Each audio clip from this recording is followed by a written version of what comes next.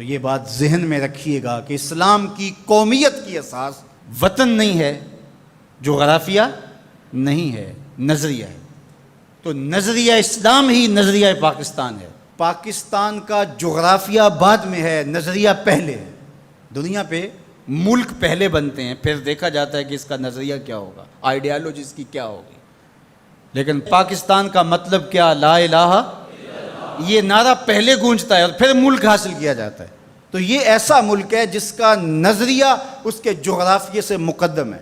دنیا کے اوپر ایک اور ملک بھی ہے جس کا نظریہ اس کے جغرافیے سے مقدم ہے، بلکہ اس کا جغرافیہ ابھی تک متعین نہیں ہے، وہ اسرائیل ہے۔ وہ یہودی نظریے پہ قائم ہوا ہے، اس کا نظریہ پہلے تھا اور جغرافیہ اس کا ابھی تک مکمل نہیں ہے، اس کی کوئی سرحدات متعین اور طے شدہ نہیں ہے، ہر سال پھیلتی ہیں۔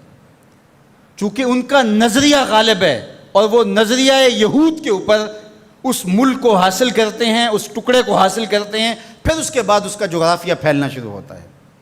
آج بہت شور ہے کہ عربوں نے تسلیم کر لیا اسرائیل کو، اور بعض دانشور ہمیں بھی یہ مشورہ دیتے ہیں کہ پاکستان کو بھی یوں کر لینا چاہیے۔ جب عربوں نے کر لیا، ان کی ہمسائیگی ہے، ان کا مسئلہ ہے، ہم کیوں نہ کریں؟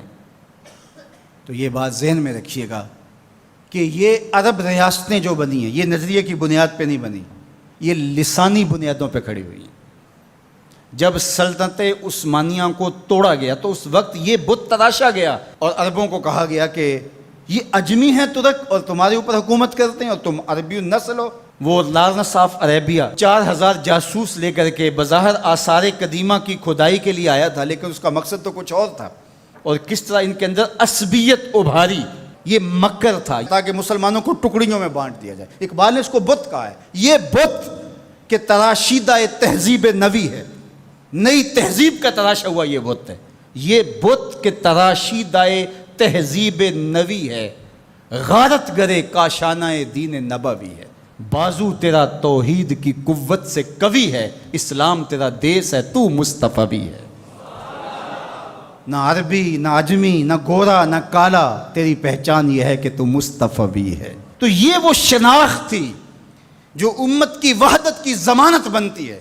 تو آج اگر کسی ایک ملک نے تسلیم کر لیا ہے اور کل دوسرا ملک تسلیم کر لے گا، لیکن میں آپ کو ایک بات بتاؤں اور وہ غور سے سن لو، وہ یہ کہ ساری دنیا بھی اسرائیل کو تسلیم کر لے، پاکستان تسلیم نہیں کرے۔ وہ کیوں؟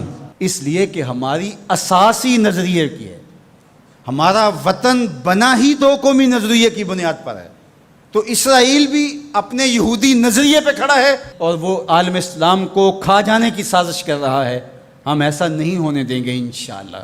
اور پاکستان بھی اپنے اسلامی نظریے پہ کھڑا ہے۔ یہ الگ بات ہے کہ 73 برس بیت گئے اور منزل انہیں ملی جو شریک سفر نہ تھے، اور باغ دوڑ ہمیشہ ان لوگوں کے ہاتھوں میں رہی جو اس ملک کو نوچتے رہے۔ گدیں، یہ ڈاکو، یہ لٹیرے جنہوں نے ملک کو لوٹا، دونوں ہاتھوں سے ہمارے وسائل نے چھوڑے اور ہماری نظریاتی اساس کے اوپر کلہاڑے چڑھائے، اور کبھی انہوں نے کہا کہ یہ ایک لکیر ہے درمیان کے اندر، کبھی کہا وہ بھی آلو کھاتے ہیں، ہم بھی آلو کھاتے ہیں۔ یہ کیا قائد اعظم کو نہیں پتا تھا؟ یہ علامہ اقبال کو نہیں پتا تھا؟ جن لوگوں نے قربانیاں دیں، جن ماؤں کی چھاتیاں کاٹ دی گئیں، عزتیں بچانے کے لیے کنویں میں چھلانگیں لگائیں، یہ کتنی دردناک کہانیاں ہیں۔ ماں کی گود سے بچہ چھینا جاتا ہے اور یوں ہوا میں اچھالا جاتا ہے، اور پھر کرپان سے اس کے ٹکڑے کیے جاتے ہیں اور پٹک کے زمین پہ مارا جاتا ہے اور اس کے اعضاء بکھر جاتے ہیں، لیکن ماں رونے کی بجائے کہتی ہے پاکستان کا مطلب کیا؟ لا الہ الا اللہ۔ کیا یوم حساب نہیں آنے والا؟ جنہوں نے اس ملک کو نوچا ہے، اس ملک کے نظریات پہ کلہاڑے چلائے ہیں، مختلف جگہوں پہ بیٹھ کر کے اس ملک کو کھوکھلا کرنے کی کوشش کی ہے، وقت آنے والا ہے۔ یہ ملک مٹنے کے لیے بنا ہی نہیں ہے، یہ قیامت تک قائم رہنے کے لیے معرض وجود میں آیا تھا۔ یہ ملک امانت ہے اللہ کی ہمارے پاس، یہ رسول اللہ کی نگاہوں کا فیضان ہے۔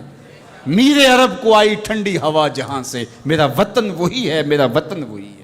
میں یہ بات ہر سال کہتا ہوں کہ اللہ رسول کے ساتھ تو ہماری محبتوں کا رشتہ لازوال ہے، لیکن اس ملک کے ساتھ ہم ٹوٹ کے محبت کرتے ہیں، اس لیے کہ اس ملک نے اسلام کی نشأت کے لیے بنیادی پلیٹ فارم بننا ہے۔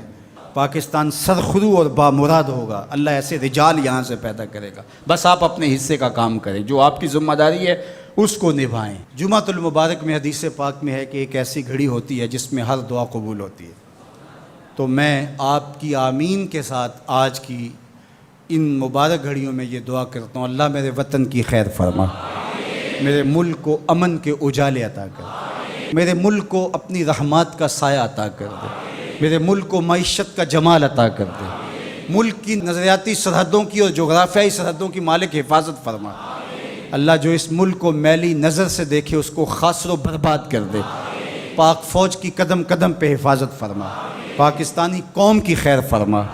ایک نعرہ بلند کر دیجئے اپنے جذبوں کے اظہار کے لیے، نعرہ تکبیر، نعرہ رسالت، اسلام، پاکستان کی محمد سے وفا، تو نے تو ہم تیرے ہیں، یہ جہاں چیز ہے کیا لوح و قلم تھے۔